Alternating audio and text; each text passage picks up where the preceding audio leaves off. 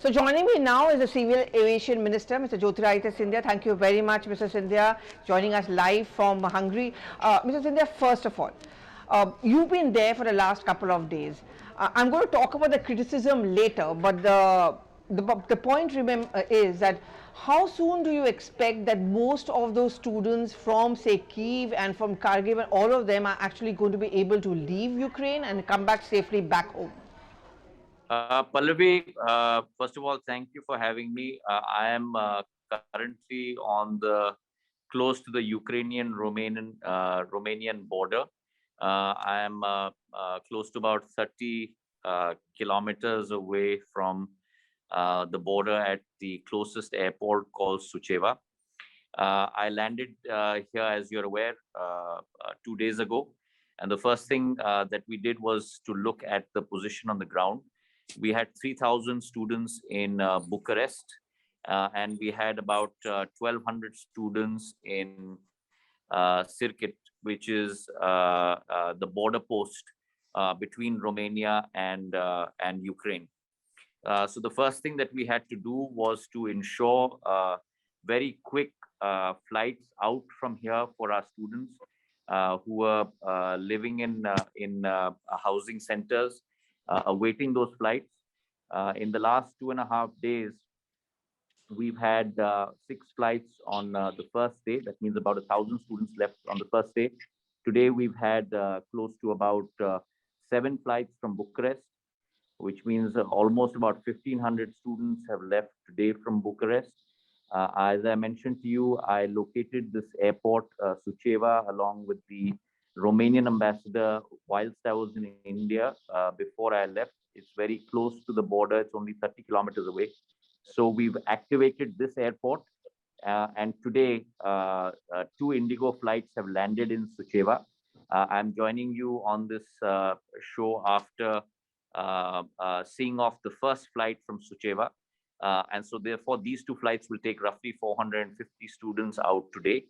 So between Bucharest and Suceava, we've had 9 flights go out today, which means roughly about 2,000 students have left today itself. By the end of tomorrow, we will have had almost about 6,000 students who have left from Romania and Moldova. And that is the position as it stands. I'm on the ground here. I'm going to be in Siret and Suceava until our 1,200 students leave from here. As I mentioned to you, we have just made all the arrangements in Bucharest over the last 36 hours. And therefore, I've moved base now 7.5 hours away from Bucharest, way east towards the Ukrainian border in Suceava and Siki. But Mr. Scindia, I'm seeing multiple advisories going in, whether it's from the Defense Ministry, whether it's from the External Affairs Ministry. The biggest problem with students face is that how do they go from where they are to the border? Is that a problem which you have also been noticing? I mean, what kind of a help then can be provided to them? What we have been doing, and this is all the way from the Prime Minister to the Ministry of External Affairs. We have been speaking with all 5 governments on the border state, starting with Poland, Slovakia, Hungary, Romania, and Moldova. The Prime Minister has spoken with each head of state. I have met with the Prime Minister of Romania yesterday and thanked them profusely for all the assistance that they're giving us in terms of facilitation, not only at the border, but also setting up shelters in some places to house our children, pending their flights. The Prime Minister and the government of India has been working and speaking with the Russian authorities as well as the Ukrainian authorities to try and ensure that we get safe passage for the remaining students in Ukraine. As you're aware, when curfew was lifted in Kiev 2 days ago, 500 of our students got the train out from Kiev towards the border.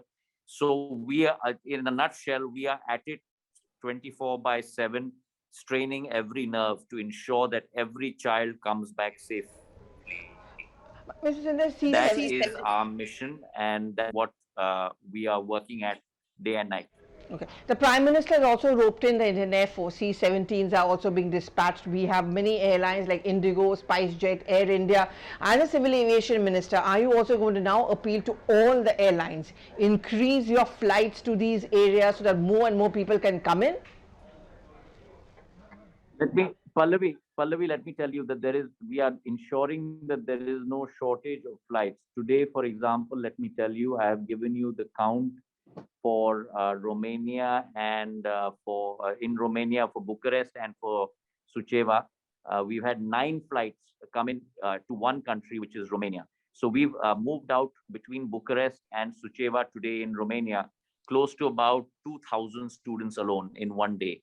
As far as the 5 countries are concerned, 19 flights have operated today alone, just single day between Hungary, Slovakia, Poland, and Romania.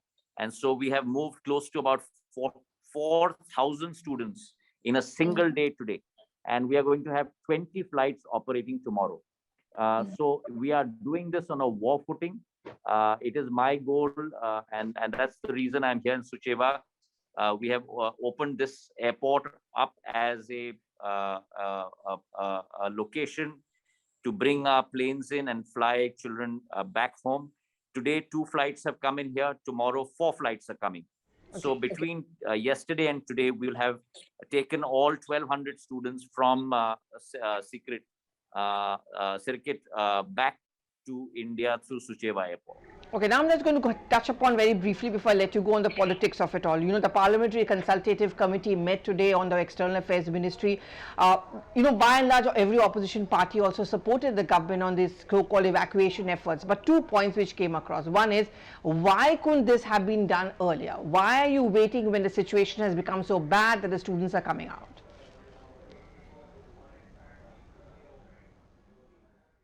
Well, I don't think that any government or any opposition party plays the role and knows the future of when war is going to break out. And I think the day war broke out, from that day onwards, we have been working 24/7 to make sure that we get our children out. There were 19,760 60 odd children in Ukraine. Prior to war breaking out, through the advisories, we had 4,800 children who had left. So we had roughly about 14,000 students left after war broke out. And I don't have the data as of today, but I am told that we have roughly only about 1,000 or so odd students today in Ukraine. We have moved out close to about 13,000 students over the last 6 days safely from Ukraine to all our neighboring countries and moved them to India. Of course, we have lost Naveen. It's a tragedy not only for Naveen's family, it's a tragedy for all 130 crore Indians.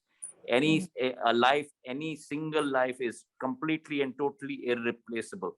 And my heart goes out to Naveen's family, his parents, and our efforts are on to bring every other child home.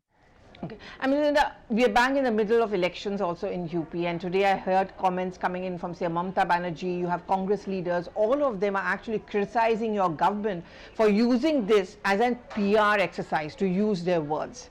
The fact that you're using it for a poll benefit, you're trying to make a point, and how heartless can you be, if I'm going to use the words of, say, Pallavi, at this point of time, let me tell you, my heart and soul, not my mind, but my heart and soul is with every child here. I'm spending time with them. That when I landed at 10:30 at night, I was at the airport till 2 a.m. With every child, trying to reassure them, building confidence, understanding their pain points. Then we went from here at 2 a.m. to the embassy with the ambassador. I was at the embassy till 3:30 a.m. strategizing on how to resolve issues. And since 6 in the morning, we have been at it for the last 2 days.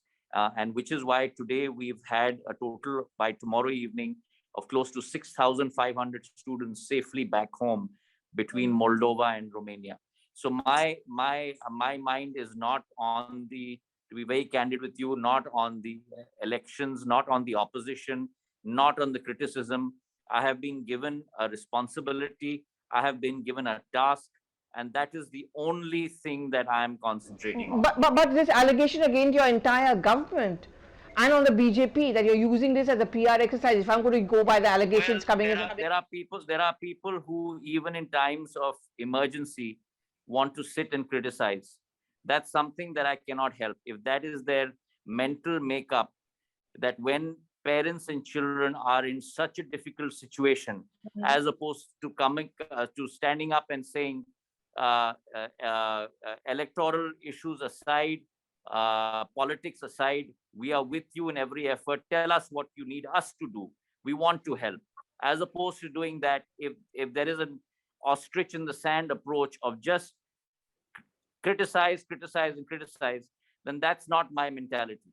I'm being given a task, I'm working at it, and I'm doing my best to ensure that every child comes home. And I must, through your channel, thank all the Romanian and the Moldovan authorities that have really gone way beyond their brief in terms of helping our children, not only facilitating them across the border, but also in assisting in setting up shelter homes. I must thank our missions who have been working tirelessly. They have not slept for 5 nights. I must thank our diaspora, women and able-bodied men who are coming forward, cooking meals, arranging transportation. I mean, the strength that we have as a people is tremendous. And we must treasure that in terms of what we have seen. The resilience of our children who have gone through so much. I mean, things that you and I, Pallavi, could never imagine would ever happen. The fact that they had to cross over in such extenuating circumstances when there's a war raging on. That's where I'm concentrating my energies and my efforts, and not in responding to criticism just for the sake of it. All right. Thank you very much, Mr. Scindia. I'll let you go off to carry on your efforts to bring our children back home. But thank you very much for speaking to CNN News 18. Thank you. Thank you, Pallavi. Thank you.